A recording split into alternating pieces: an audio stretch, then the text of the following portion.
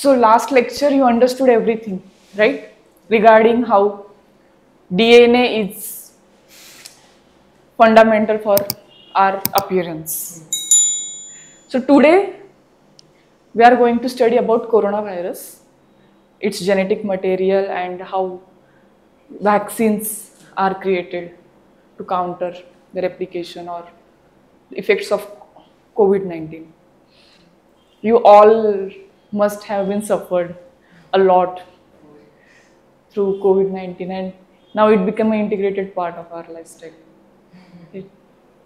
COVID gone, but the system or the mentality or psychology or economy or the technology or say societal changes, whatever that COVID-19 pandemic have brought to us, it still continues.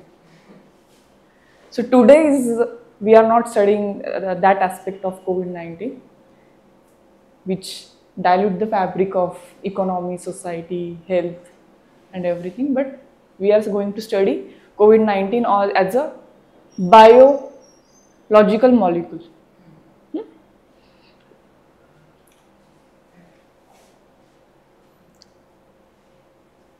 Last lecture we were studying about viruses, right?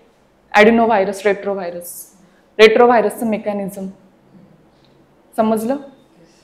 काही question रेट्रोव्हायरस कसा होतो एड्सने. एक question होता आपण बघत होतो tattoo करताना कोणता व्हायरस पास होण्याची किंवा कोणती डिसीजेसची लागण होण्याची शक्यता असते. ऑप्शन्स होते हेपेटायटिस बी, एड्स म्हणजे HIV एड्स. त्याचा आन्सर HIV एड्स आणि हेपॅटायटिस बी होतो. हेपॅटायटिस बीची पण एकदा लागण झाली तर ती कायमस्वरूपी असते. पण हेपॅटायटिस बी मध्ये रेट्रोव्हायरस नसतो. म्हणजे तुम्हाला असं कन्फ्युजन कोणीतरी मला विचारलंही होतं की हेपॅटायटिस बी रेट्रोव्हायरस आहे का, कारण की हेपॅटायटिस बी पण एड्स सारखाच कायमची त्याची लागण होते lifetime. Hepatitis B is not retrovirus. Hepatitis B कशामुळे होतो? Hepatitis B is virus. Hepatitis बीचे ऍक्च्युली प्रकार आहेत. म्हणजे हेपॅटायटिस हा डिसीज आहे जो लिव्हरला होतो.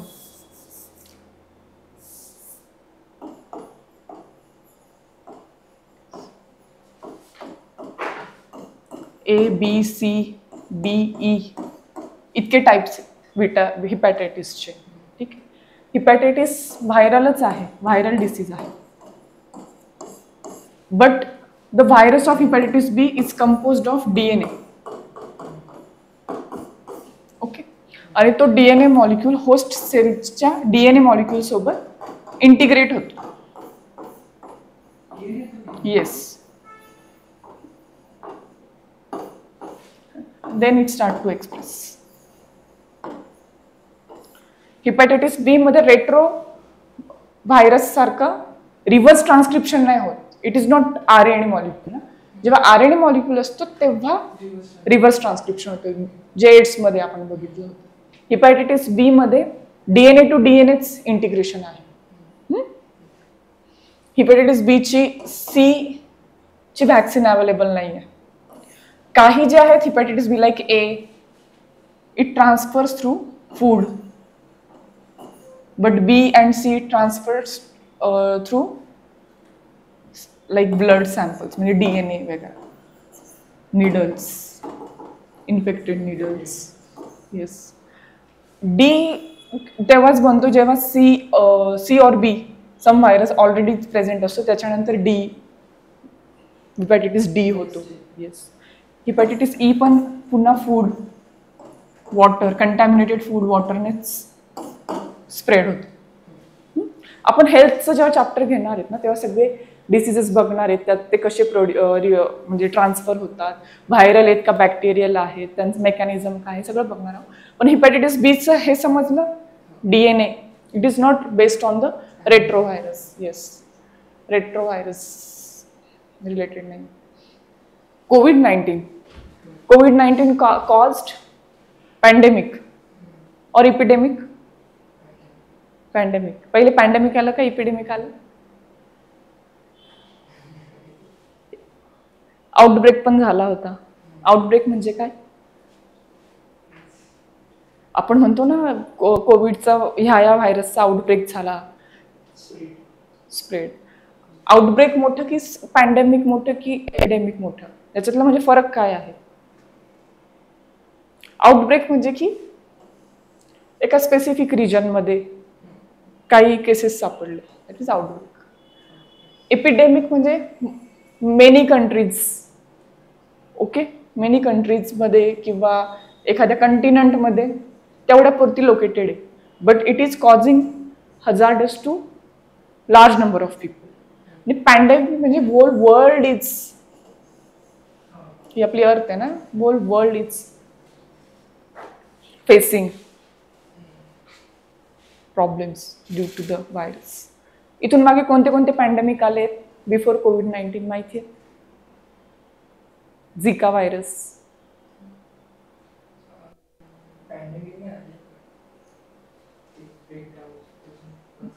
Outbreak,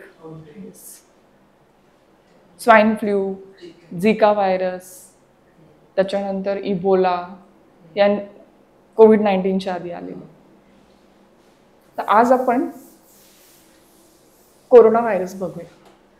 severe acute respiratory syndrome corona virus 2, SARS-CoV-2 हे याचं नाव आहे. याचं जेनेटिक मटेरियल काय? RNA. आणि याच्या रेस्पिरेटरी इन्फेक्शनमध्ये म्हणजे काय होतं, त्यामुळे काय होतं की कॉमन कोल्ड सारखे सिम्पटम्स असतात, कॉन्जेक्टिव्हिटीस, त्यानंतर काही यांच्यामध्ये तुम्हाला माहिती आहे लंग्समध्ये हे झालेले, म्हणजे त्यांचे लंग्समध्ये स्प्रेड, लंग्सचे जे ॲल्युअल्स वगैरे असतात ते बस्ट झाले, म्हणजे परमनंट लंग्स डॅमेज झाले आणि त्याने त्यांना ब्रिदिंगला खूप प्रॉब्लेम झाला. बरोबर. त्याच्यामध्ये RT-PCR हो हो RT-PCR डायग्नोसिससाठी RT-PCR यूज केलं होतं आपण. त्याचं पण मेकॅनिझम बघणार आहेत आपण, पण आता नाही बघणार आहे. जेव्हा आपण बायोटेक्नॉलॉजी कम्प्लिटली घेऊ, त्याचे ॲप्लिकेशन्स इन मेडिसिन्स असणार आहे, तेव्हा आपण RT-PCR काय, हाऊ इट वर्क्स ते बघणार आहोत. तर कोविड-19चे हे काही सिम्पटम्स मी इथे लिहिण्यापेक्षा आपण सगळ्यांनी ते सफर केलेले आहेत, ते आठवलं तरी खूप होईल. It can affect mammals also, म्हणजे it is not only confined to humans, म्हणजे पाळीव प्राण्यांना, कॅट्स, डॉग्स त्यांना होऊ शकतं. सार्स, मर्स आणि अजून खूप सारे याचे व्हेरियंट्स आहेत. नंतरून ओमिक्रॉन आला. सगळ्यात जास्त दहशत डेल्टा व्हेरियंटची होती. डेल्टा व्हेरियंटने खूप जास्त डेथ केसेस बाहेर आल्या होत्या. Omicron was not that much lethal. तर कोविड-19चं मॉलिक्युलर स्ट्रक्चर जर आपण बघितलं ना, तर ते कसं आहे, असं आहे त्याचं चित्र. ते आधीचं चित्र होतं ते इंस्टाग्रामच्या फोटोसारखं होतं. हे आहे, हे आधार कार्ड सारखं आहे, रिअल फोटो. ठीक आहे. See this. हा व्हायरस दिसतोय आणि त्याच्यावर असे स्पाइक्स प्रोटीन दिसतात. बरोबर.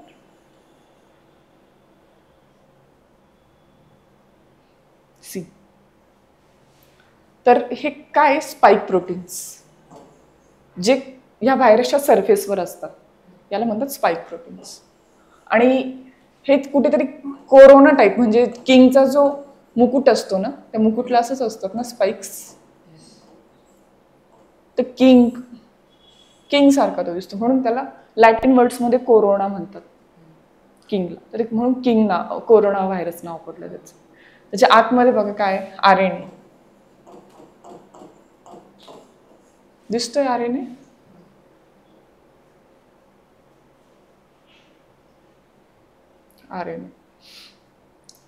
प्रोटीन मध्ये एनव्हलप झालेलं आहे. Nucleocapsid protein, membrane glycoprotein. हा क्वेश्चन आला होता प्रिलिम्सला 2022ला. ऍक्च्युली 3-4 वर्षांपासून त्यांनी मग खूपच व्हायरसेसवर क्वेश्चन केले. त्यातला हा वॅक्सिनशी रिलेटेड क्वेश्चन होता. तर वॅक्सिन मॅन्युफॅक्चर्ड टू प्रिव्हेंट कोविड-19 pandemic consider the following statement. The Serum Institute of India produces COVID-19 vaccine named Covishield using mRNA platform. Sputnik 5 manufactured using vector-based platform. And Covaxin is an inactivated pathogen-based vaccine. आता जसं micro सॅटेलाइटला आपण logic लावलं होतं, ट्रान्सक्रिप्टोमला logic लावलं होतं, तसं इथं काही लॉजिक लागणार नाही. कारण की याच्यासाठी तुम्हाला ती माहितीच पाहिजे. Information, first information then elimination. मग आता आपण ह्या सगळ्या व्हॅक्सिन्स बघूया कोविड-19ला टॅकल करण्यासाठी यूज केलेला. सगळ्यात पहिले तर मला व्हॅक्सिन म्हणजे काय हे सांगा. Vaccine, vaccination. Vaccine creates antibody. Why? To fight with antigens. Antigens म्हणजे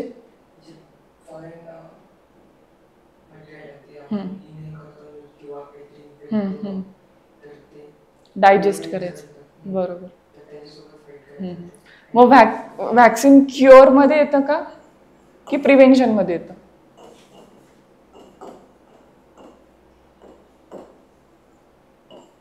क्युअर मध्ये येतं की प्रिव्हेंशन मध्ये येतं? प्रिव्हेंशन मध्ये. येस, म्हणजे डिसीज होण्याआधी डिसीज होऊ नये म्हणून घेतलेली काळजी म्हणजे व्हॅक्सिनेशन. आणि व्हॅक्सिनेशन मध्ये आपण काय करतो? प्रॅक्टिस करतो. इन शॉर्ट, आपल्या अँटीबॉडीजला, आपल्या बॉडीला प्रॅक्टिस करतो. जसं की आपल्याला प्रिलिम्स लिहायची आहे, पण प्रिलिम्सची डायरेक्ट एक्झाम लिहिण्याआधी आपण मॉक सॉल्व करतो ना, मॉक टेस्ट. मग काही मॉक टेस्ट काही 10 सॉल्व करतात, काही 100 सॉल्व करतात, काही 60 सॉल्व करतात. का? कारण की आपल्याला आपल्या बॉडीला त्या एन्व्हायरमेंटची सवय करायची. ज्या दिवशी फायनल एक्झाम राहील त्या दिवशी आपण कसं ऍक्ट करणार आहे, कसं आपण स्टडी करणार आहे ते डिसाईड होतं. म्हणजे त्याची प्रॅक्टिस होऊन जाते. त्या दिवशी एवढं प्रेशर येत नाही. सेम तसंच व्हॅक्सिनमध्ये काय करतो की जर ऍक्च्युअल कोविडचा मॉलिक्यूल बॉडीमध्ये एंटर करणार त्याआधी जर आपण बॉडीला सवय करून ठेवली की अशा प्रकारचा मॉलिक्यूल आला तर तू अशा प्रकारचं फाईट करायचंय, तशी जर सवय केली किंवा तशी एक मेमरी बनवली. आणि आपल्या अँटीबॉडीज कशा आहेत की त्यांना मेमरीज असतात. अँटीबॉडीज अशा असतात की त्यांना मेमरीज असतात. तशा मेमरीज जर बनतायत तर काय होतं? जेव्हा ऍक्च्युअल पॅथोजन येणार तेव्हा त्यांच्यासोबत त्या अँटीबॉडीज फाईट करणार. एक तर ते ऑलरेडी प्रेझेंट असतील तर फाईट करायला सुरुवात करतील, किंवा आपली जी इम्युन सिस्टीम आहे त्या तशा टाईपच्या अँटीबॉडीज पटकन रिलीज करतील. कारण की त्यांना माहिती की अशा पद्धतीची ती मेमरी आहे, अशा पद्धतीने आपल्याला फाईट करायचं आहे. मग व्हॅक्सिनेशनमध्ये आपण टाईप ऑफ व्हॅक्सिन, म्हणजे व्हॅक्सिन जेव्हा आपण प्रोड्यूस करतो ना तेव्हा आपण वेगळे वेगळे टाईप्स, वेगवेगळे प्लॅटफॉर्म यूज करतो. प्लॅटफॉर्म म्हणजे काय की आता जसं मी सांगितलं एक की आपल्याला प्रॅक्टिससाठी कोविड लाईक पॅथोजन किंवा अँटीजन तो इन्सर्ट करायचा आहे. कोविड लाईक पॅथोजन और अँटीजन बॉडीमध्ये इन्सर्ट करायचा आहे. तो बॉडीमध्ये इन्सर्ट केला की त्याच्यावरती आपली इम्युन सिस्टीम जी असेल ती वर्क करणार आणि मग अँटीबॉडीज बनणार. मग हा पॅथोजन आहे ना, हा पॅथोजन किंवा हे कोविड लाईक स्ट्रक्चर जे काही असेल ते आपल्याला बॉडीमध्ये ट्रान्सफर करण्यासाठी व्हेक्टर लागेल. राईट? व्हेक्टर काय असतं? व्हेक्टर काय असतं? Medium to transfer. Medium to transfer. Vector म्हणजे काय की वाहक, वाहून नेणारा. तुम्ही घरून निघाले, घरापासून तुम्हाला इथपर्यंत यायचं होतं, बरोबर? मग तुम्हाला कॅरी करून कोणीतरी आणलंय. बस इज व्हेक्टर. आणि होस्ट काय? होस्ट प्लेस काय? क्लास. एकदम रॉ एक्सप्लेनेशन आहे पण असंच आहे. आता आपण काय करणार, या व्हेक्टरवरती कोविड-19चा पॅथोजन अटॅच करू किंवा कोविड-19 related may be gene attach करू किंवा मे बी पूर्ण कोविड-19च इनॅक्टिवेट करू आणि तो कोणामध्ये टाकणार? होस्टच्या बॉडीमध्ये टाकणार.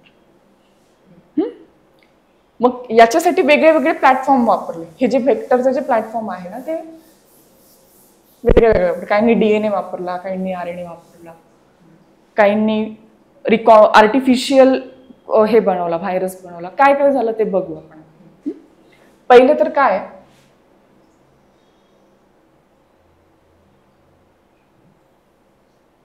पहिले आहे इनॅक्टिव्हेटेड व्हायरस.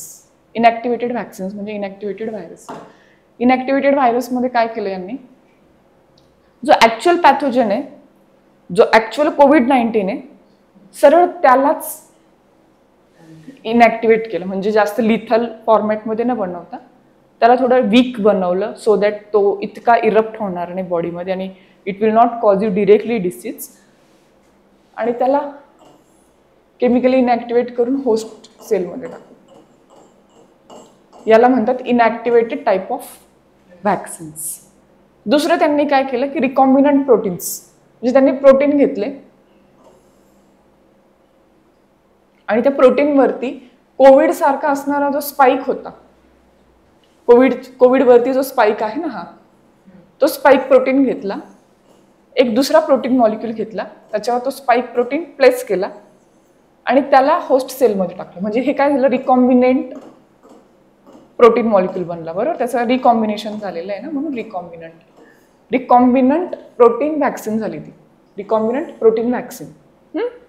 तो रिकॉम्बिनंट प्रोटीन आहे तो होस्ट सेलमध्ये टाकला आणि होस्ट सेलला लगेच कळालं, बाबा असा असा प्रोटीन आहे, याला टॅकल करण्यासाठी अशा टाईपच्या अँटीबॉडीज आता आपल्याला पाठवाव्या लागतील. इम्युनिटी सिस्टीम वर्क करायला लागते. म्हणजे एक आपण काय बघितलं, इनॅक्टिव्हेटेड पॅथोजन. दुसरं काय म्हणतोय की प्रोटीनला आपण रिकॉम्बिनेशन केलं प्रोटीनचं.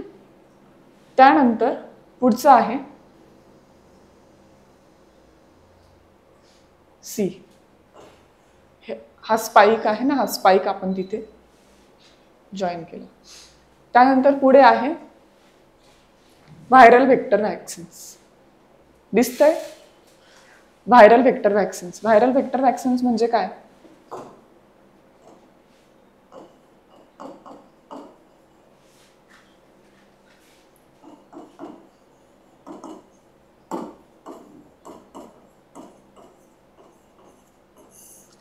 व्हायरल व्हेक्टर व्हॅक्सिन्स मध्ये काय होतं की आपण व्हायरस ॲज व्हेक्टर घेतोय.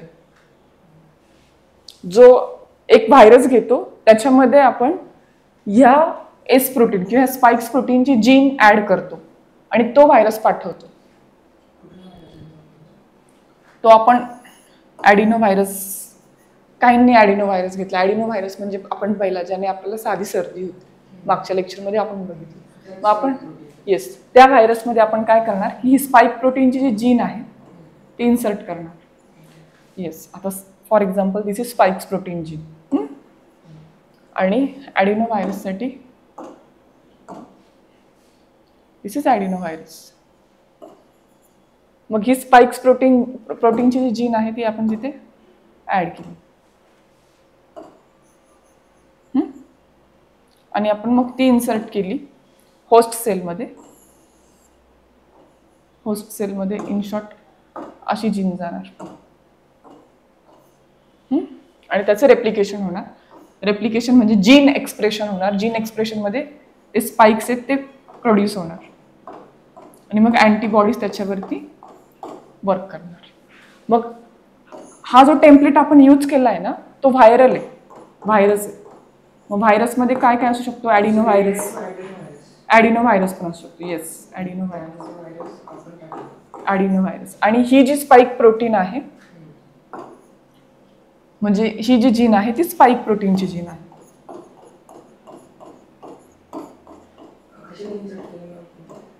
स्पाइक प्रोटीन जीन आपण इन्सर्ट केली, स्पाइक प्रोटीन जीन आपण इन्सर्ट केली ॲडिनो व्हायरस आणि ही व्हॅक्सिन बनवली आणि देन ती व्हॅक्सिन आपण हेल्दी पर्सनला दिली, जिथे ह्या ॲडिनो व्हायरस सोबतच हा जो स्पाइक प्रोटीन जीन आहे तो पण रेप्लिकेट झाला आणि मग त्या पर्सनच्या बॉडीने काय केलं, अँटीबॉडीज क्रिएट केल्या to kill the spike proteins. आणि मग त्याला सवय झाली की असे स्पाइक प्रोटीन आले तर आपल्याला अशा प्रकारे हे करायचंय, वर्क करायचंय. एवढं कळालं. त्यानंतर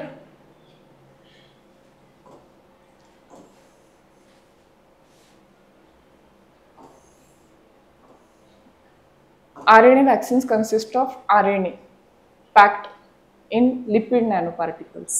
याच्यामध्ये काही नाहीये, RNA घेतलाय त्यांनी, त्याच्यामध्ये स्पाइक जीन ऍड केली. वरती आपण काय बघितलं होता, virus it can be anything. RNA virus genetic material घेतलं. इथे यांनी काय केलं, RNAचा टेम्पलेट घेतलं. हे बघा, RNAचा टेम्पलेट घेतलं आणि त्याच्यामध्ये स्पाइक जीन इन्सर्ट केली. ती जाऊन पुढे एक्सप्रेस होणार. DNA व्हॅक्सिन्समध्ये काय केलं, सेम. DNA घेतला, circular DNA. We know circular DNA. आपण बॅक्टेरियाज बघितले होते, बॅक्टेरियाजमध्ये प्लाझ्मिड एक प्रकार बघितला होता. म्हणजे जसं इकोलाय बॅक्टेरिया आपण स्टडी केला होता ना, इकोलाय बॅक्टेरियाज असतात. इकोलाय बॅक्टेरियाच्या हा functional chromosome, functional genetic material E coli बॅक्टेरियाचं. ठीक आहे, functional genetic material. Functional genetic material सोडून नॉन फंक्शनल क्रोमोझोम असतो.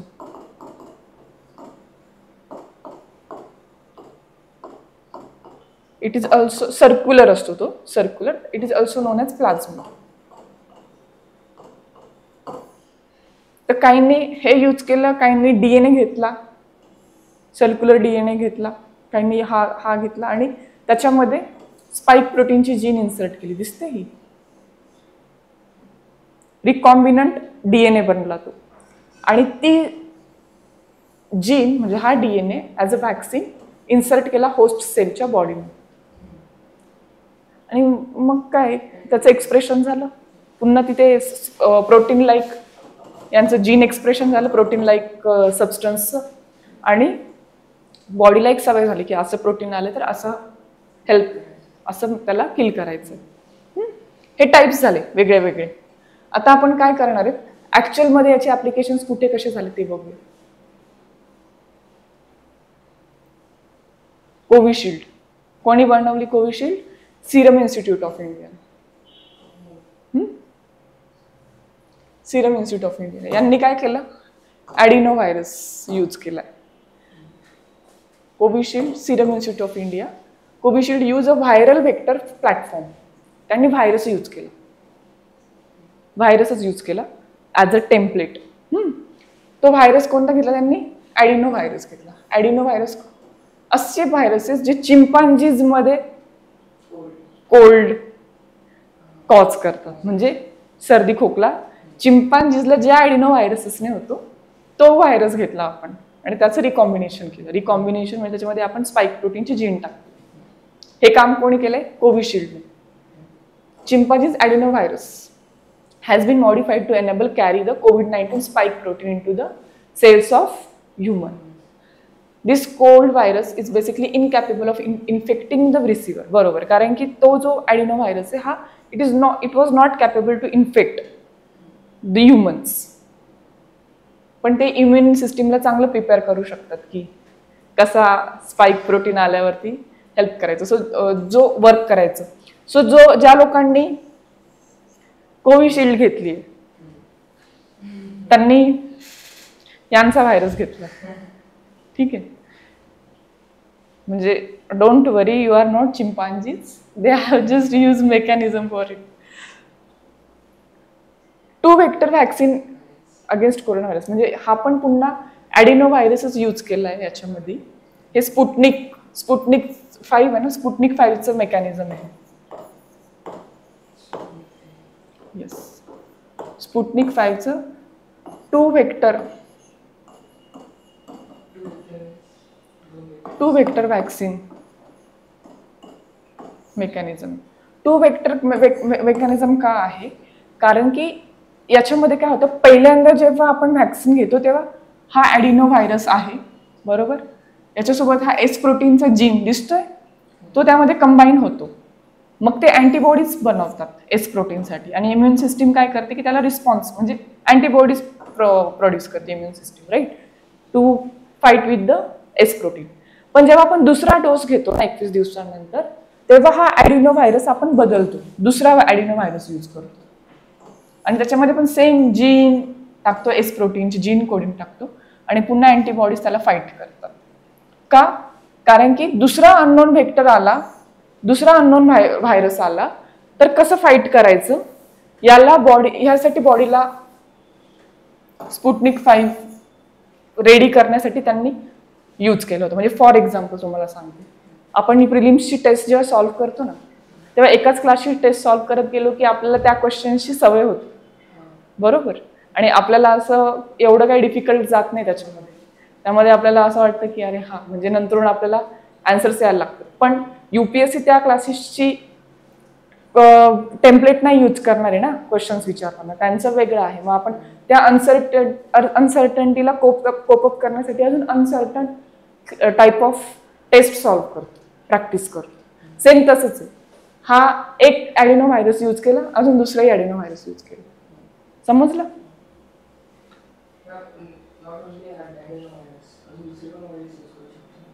दुसरे व्हायरस यूज करू शकतो, पण सध्या जे एस्टॅब्लिश्ड मेकॅनिझम आहे त्याच्यामध्ये ॲडिनो व्हायरसेस यूज केलेले. हे स्पुटनिक 5 रशियाने बनवली होती ना, Sputnik. By Sputnik was the name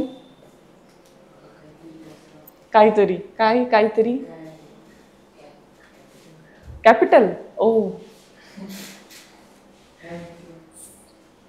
space technology बाकी आहे आपलं अजून.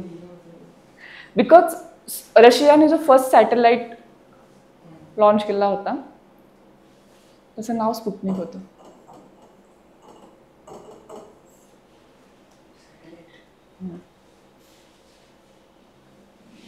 त्याच्यामुळे रशियाने त्यांची जी फर्स्ट व्हॅक्सिन आहे त्याचं पण नाव स्पुटनिक ठेवलेलं. नेक्स्ट आहे कोवॅक्सिन. कोवॅक्सिन घेतली. कोवॅक्सिनवरती खूप इश्यूज चालू आहेत सध्या. ज्यांनी कोवॅक्सिन घेतली त्यांना असं होणार आहे, तसं होणार आहे, हा त्यांचा साईड इफेक्ट्स आहेत, हे आहे, ते आहे, बरोबर. कोणी बनवली? भारत बायोटेक ऑफ इंडिया, अजून ICMR, अजून नॅशनल व्हायरोलॉजी इन्स्टिट्यूट. कुठे नॅशनल इन्स्टिट्यूट ऑफ व्हायरोलॉजी माहिती आहे? आपल्या पुण्यातच आहे. कुठे आहे पुण्यात ते नाही माहिती. पुणे युनिव्हर्सिटीत आहे. पुणे युनिव्हर्सिटीमध्ये सेल बायोलॉजीचं जे डिपार्टमेंट आहे this national institute of virology which is study the virus. Virology study of viruses. ही इंडियाज फर्स्ट इंडिजिनियस व्हॅक्सिन जे आपण बनवली, म्हणूनच त्याचे साईड इफेक्टचे रिसर्च आलेले. कारण की आपल्याला आपल्या गोष्टींवरती भरोसा नसतो. आपल्याला बाहेरचं पॅकेजिंग जे येतं त्याच्यावर जास्त भरोसा असतो. The vaccine is develop with whole virion inactivated. Whole virion inactivated म्हणजे तेच इनॅक्टिवेटेड पॅथोजन. कोविड-19नच व्हायरस घेतला त्यांनी, पण कोविड-19ला काय केलं? इनॅक्टिवेट केलं. ॲक्टिवेट ठेवलं असतं तर म्हणजे इन्फेक्शन झाल्यासारखंच झालं असतं ना. त्याला इनॅक्टिवेट केलं. त्याचे स्पाईक प्रोटीन्स कसे येतात किंवा अशा प्रकारचा व्हायरसचं स्ट्रक्चर जर आलं तर कसं फाईट करायचं याच्यासाठी कोवॅक्सिन होतं. इन्फ्लुएन्झा, रेबीज, पोलिओ याचे पण असेच इनॅक्टिवेटेड फॉर्म ऑफ व्हॅक्सिन्स आपण डेव्हलप केलेले आहेत. Polio, rabies. त्यानंतर पुढचा प्लॅटफॉर्म जो आहे ना तो आहे मॉडर्नास mRNA टेम्पलेट. मॉडर्नाने काय केलं? mRNA मेसेंजर RNAचं टेम्पलेट बनवलं. एक US बेस्ड कंपनी मॉडर्ना, त्यांनी मेसेंजर RNA टेम्पलेट त्यांनी यूज केलं. त्यांनी काय केलं की इनॅक्टिवेटेड व्हायरस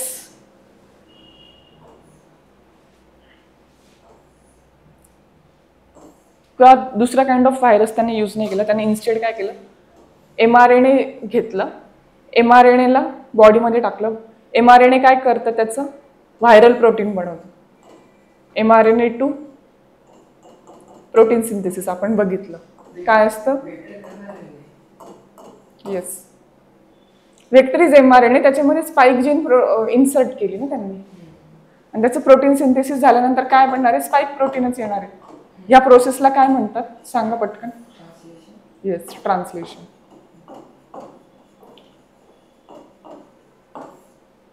तो व्हायरल प्रोटीन एन्कोड होतो आणि मग काय नाही त्या प्रोटीनवरती antibody start to work. Yes, mRNA encodes only for the critical fragment of viral protein, not whole COVID virus. समजले इथपर्यंत? सी mRNA टेम्पलेट हा स्पाइक प्रोटीन आहे. या स्पाइक प्रोटीनचं जे जीन आहे ते जीन त्यांनी घेतलं. See this is the gene which is responsible for spike protein आणि ते त्यांनी काय केलं mRNA टेम्पलेटवरती ॲड केलं. mRNA टेम्पलेटचं प्रोटीन सिंथेसिस झालं म्हणजे प्रोटीन ट्रान्सलेशन झालं ह्युमन सेलमध्ये आणि ह्या अँटीबॉडी झाल्या विच स्टार्टेड टू फाईट.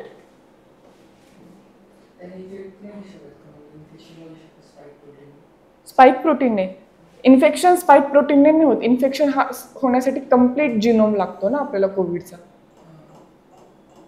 त्यातला एक पार्ट आहे which is unique than other viruses, that is spike protein. तो स्पाइक प्रोटीनवाला जो कोडॉन आहे ना तो आपण कट करतो. का? कारण की एकदा स्पाइक प्रोटीन सोबत कसं फाईट करायची याची सवय झाली की नेक्स्ट टाइम ॲक्च्युअल COVID-19 आला तो स्पाइक प्रोटीन घेऊनच येईल आणि तशा टाईपच्या अँटीबॉडीज स्प्रेड होणार. आणि जो आपण इनॅक्टिवेट पॅथोजन पाहिलं त्याच्यामध्ये COVID-19च घेतलेला. इथे तरी आपण mRNA घेतलाय हा टेम्पलेट. त्याच्यात mRNA टेम्पलेटमध्ये आपण ह्या प्रोटीनचं जीन यूज केलेलं आहे. पण कोवॅक्सिनमध्ये तर mRNA टेम्पलेट पण नाही घेतलं, सरळ COVID-19 घेतलं, त्याला इनॅक्टिवेट केलं आणि त्याला इन्सर्ट केलं. जसं आपण पोलिओमध्ये करतो. पोलिओमध्ये असतात ना 2 बूंद जिंदगी. काय असतं ते पोलिओचेच व्हायरस असतो ज्याला त्यांनी इनॅक्टिवेट केलेलं असतं. येस, म्हणजे लहान बाळांच्या किंवा किड्स जे असतात त्यांच्यात ती सिस्टीम डेव्हलप होत जाते की जर पोलिओचा व्हायरस आला तर आपण कसं फाईट करायचंय. पुढचं जे आहे झायडस कॅन्डिला. झायडस कॅन्डिलाने काय केलं, सरळ DNA घेतलाय प्लॅटफॉर्म. प्लाझ्मिड, आत्ताच मी प्लाझ्मिड समजवलं होतं ना. प्लाझ्मिड कुठे असतं? बॅक्टेरियाजमध्ये नॉन फंक्शनल DNA असतं, ज्याच्यामध्ये त्यांनी काय केलं, कोरोना व्हायरसची जीन सेफली इन्सर्ट केली. आणि दॅट इन्सर्ट म्हणजे ते मसल सेल्स असतात ना आपल्या मसल सेल्सवरती ही व्हॅक्सिन आपण इन्सर्ट केली का आपले natural antibody start to fight with that DNA. म्हणजे त्याचं जे प्रोटीन फॉर्म होणार आहे त्याच्यासोबत. सिम्पल आहे. हां, DNA प्लॅटफॉर्म. येस,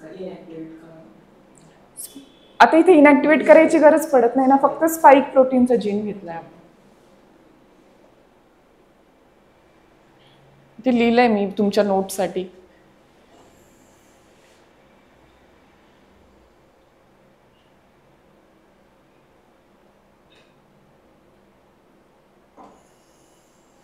त्यांनी असं सांगितलंय की जो आपण DNA घेतोय तो, जसं हिपॅटायटिस B मध्ये आपण बघितलं होतं की that DNA is becoming the part of genetic material of host cell and start to replicate itself. Same way this spike protein म्हणजे this DNA template also start to means this plasmid start to replicate by becoming the part of DNA, host सेलचा DNA. Using host cell transcription and translation machinery, inserted gene gets translated into antigen. A protein expressed by plasmid transfer cell is likely to be expressed within the cell and folded in its native configuration. Antigen is recognized by APS and further induce antibodies and cellular response. The DNA platform is known to have better vaccine stability. Why? Because it is not a single stranded like RNA. It is double stranded and stable. So आपण लांब अंतर म्हणजे ही vaccine बनवली तर ती mutation start करते ना, तर जास्त काळासाठी ती स्टेबल राहते, मग त्याच्यात म्युटेशन होत नाही. सो दुर्गम भागांमध्ये आपण DNA वॅक्सिन्स पोहोचवू शकतो. का? कारण की दुर्गम भागांपर्यंत म्हणजे तेवढं ट्रॅव्हल करेपर्यंत जर म्युटेशन झालं, जसं RNA मध्ये RNA is very highly susceptible to mutation. तसे याच्यात म्युटेशन लवकर होत नाही, म्हणून it is useful yes to carry in difficult terrains. समजलं? To store and transfer remote parts of the country.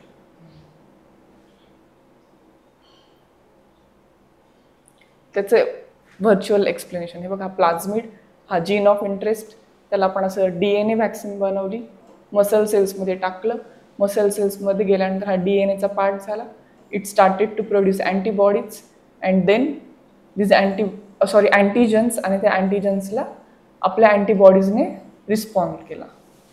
समजलं?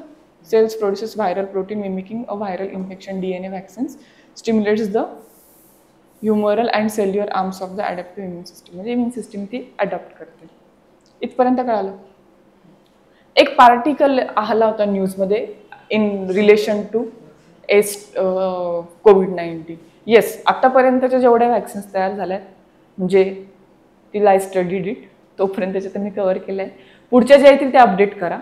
तसं आपल्या करंटच्या लेक्चर्समध्ये पुन्हा त्याचं हे येणार आहे, म्हणजे रिव्हिजन येऊनच जाईल. S2 मॉलिक्यूल बद्दल माहिती आहे, न्यूजमध्ये होती रिलेटेड टू COVID-19. याच्यावर क्वेश्चन पण आला होता. S2 मॉलिक्यूल काय आहे की हे आपल्या ह्युमन सेलमध्ये नॅचरली फाउंड होतं. म्हणजे ह्युमन सेलवरती असे अँटिनाज असतात.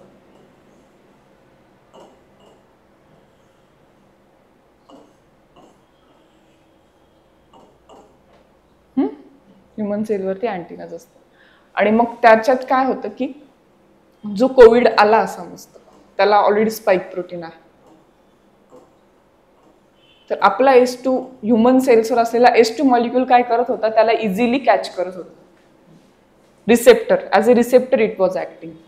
मी छान चित्र काढते. हे ह्युमन सेल्स आहे आणि ह्युमन सेल्सवरती हा S2 मॉलिक्यूल आहे. It is acting as a receptor. याला काय म्हणतात? S2 molecule.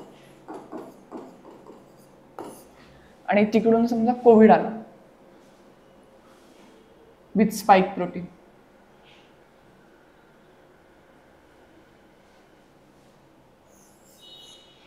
आपण बघितले कोविडला कसे स्पाइक प्रोटीन आहेत. हा इथे कनेक्ट झाला easily and it gets a pathway to enter into the cell. याच्यामुळे इन्फेक्शन जे ते खूप रॅपिडली व्हायला लागलं. म्हणजे इन्फेक्शन फास्ट व्हायला लागलं.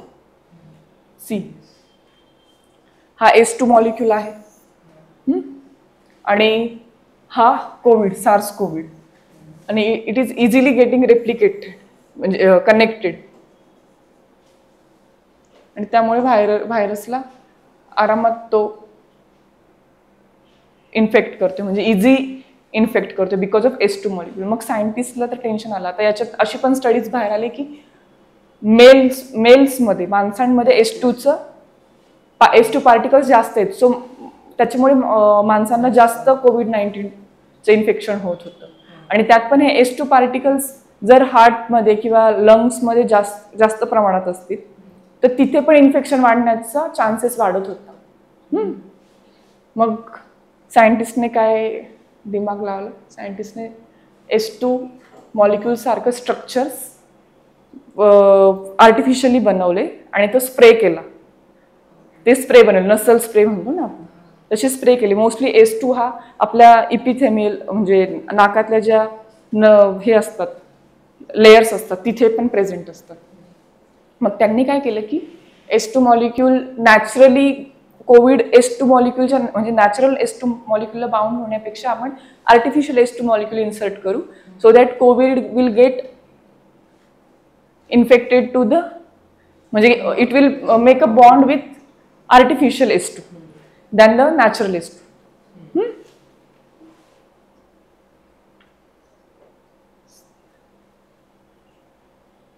And it will reduce the infection.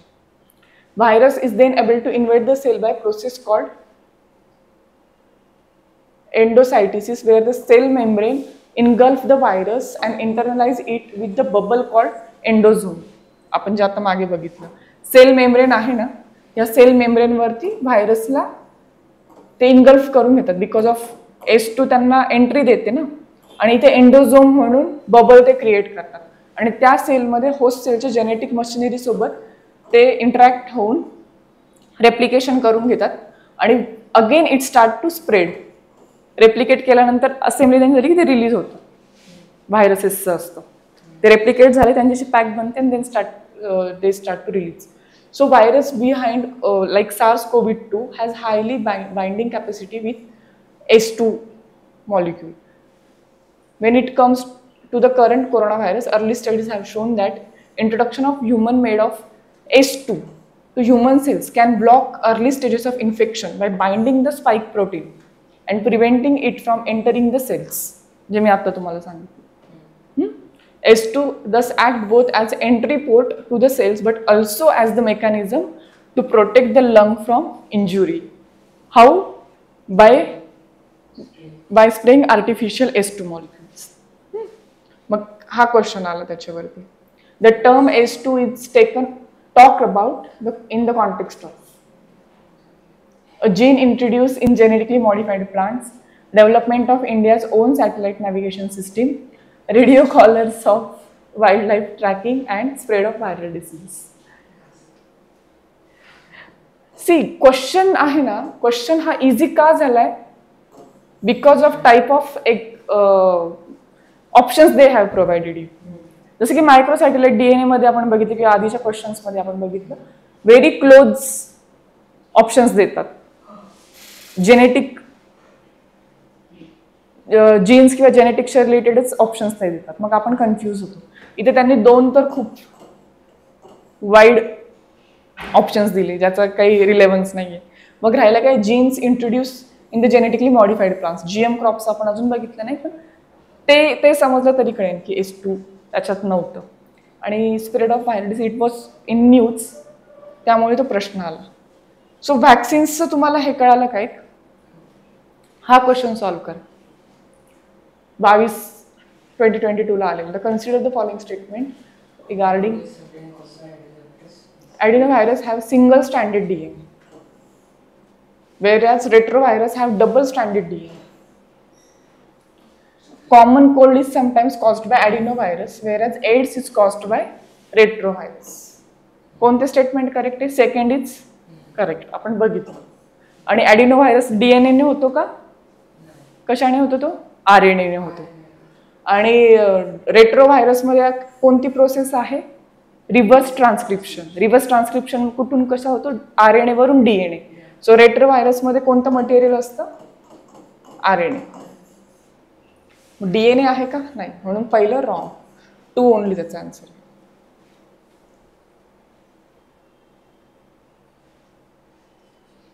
हा याचा आन्सर सांगा मला. It is not directly taught, but you can apply your logic.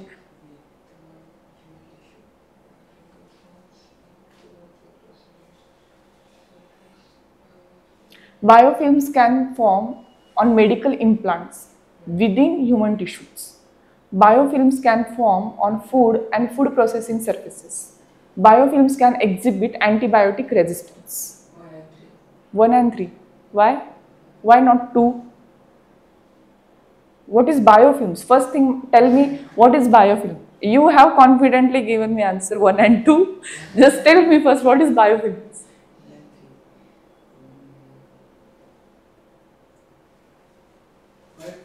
Biofilm नावात काय वाटतंय? बायोफिल्म ऐकून.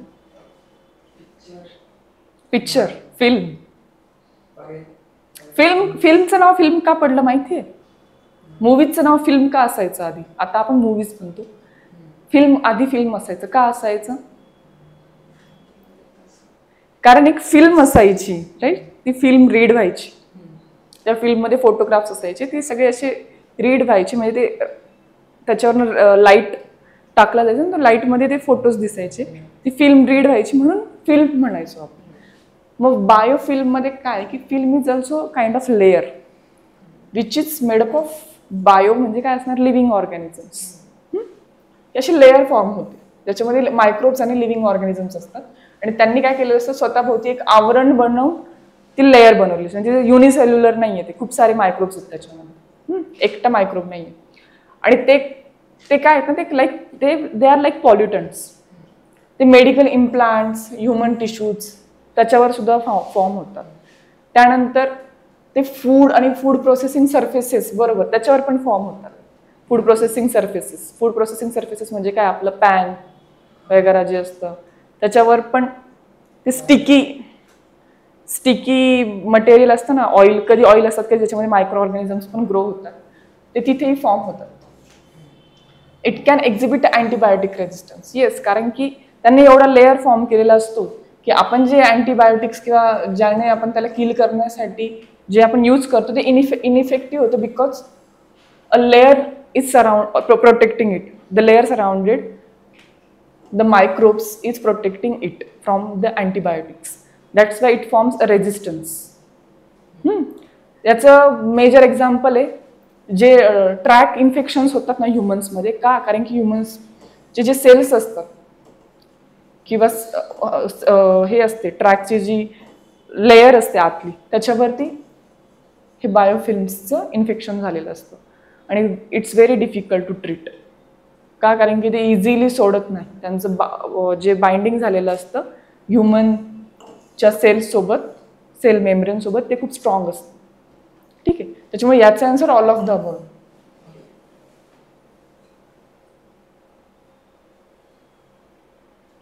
सो आजचं तर आपलं कोविड-19 आणि त्याचे व्हॅक्सिनचं लेक्चर संपलंय. याच्यामध्ये आतापर्यंत काही डाऊट आहे का? नाही ना, चालेल. सो नेक्स्ट याच्यामध्ये आपण आता बायोटेक्नॉलॉजी मेन टॉपिक आहे आपला, तोच सुरू करणार आहे. आतापर्यंत आपण फक्त बेसिक्सच बघत होतो. आता ऍक्च्युअली बायोटेक्नॉलॉजीमध्ये काय टेक्नॉलॉजीज डेव्हलप झाल्या ते आपण बघू. थँक्यू.